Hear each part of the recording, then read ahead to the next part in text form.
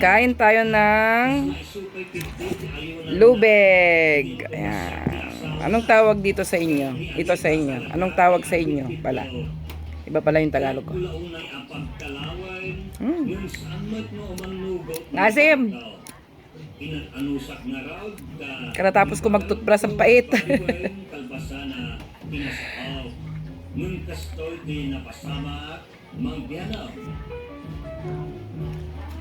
Anita, pwede ka pala nagluto iti pa. Ngasim! Wala pa na nakaluto ka. Ngam day tamot na cellphone mo, tinirmiraan. Adala ang tiboy-boy at man. Masim siya talaga. Wala ang pa iti boy. Nakakangini. Nabagnoga, anak ka po iti trabaho. Hindi siya matamis. Ang nakaluto ka. Yung saan pa'y lagayan. Ayati kayat mo, siya pa'y nagluto. Ito medyo matamis. Napanoga ka. Pero yung kinain ko unang-unan, maasim. Tinaramit ko. Yan, ang kati na naramit mo. Kat madlaw, ba't asaan ka pa nagdaldalos iti ba? Ba't yung isa kanina maasim? Ano ang? Nagawa ang hirap iti anak niyo. Maasim siya. O yan. Awanan di sa bahay. Lubeg, anya what? Taga-English ti lubeg. Tagalog ti lubeg. Daddy. Ha? Itay-tay ka, di anak ka-aawag ka.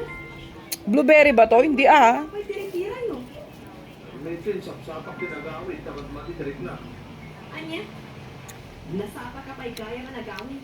Yung di man na nagkaraw mo ti anita. Maasim talaga siya. Naglaway ako. Maasim niya. Maganda to sa naglilihi. Mapapanganak mo, itim.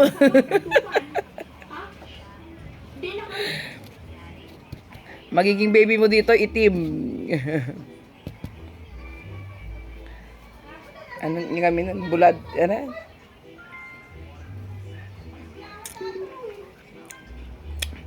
May part na matamis, may mga bunga na matamis. Ito matamis siya.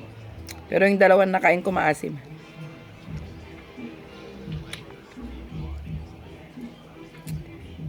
Maasim. Hindi pala siya matamis.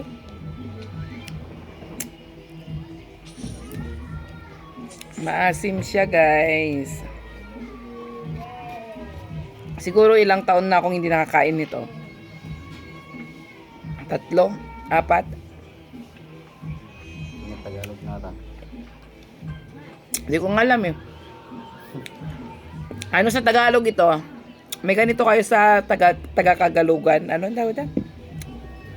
Anong Tagalog nito? Lubeg sa Ilocano. Iba naman kasi yung bugnay. Lubeg. Lubeg ginagawa din bang wine din yun? Han? Ah?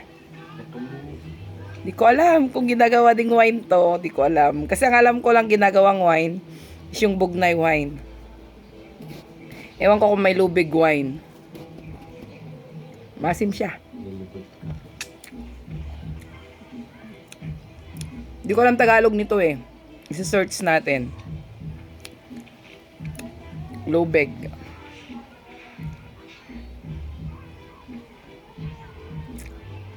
Masim.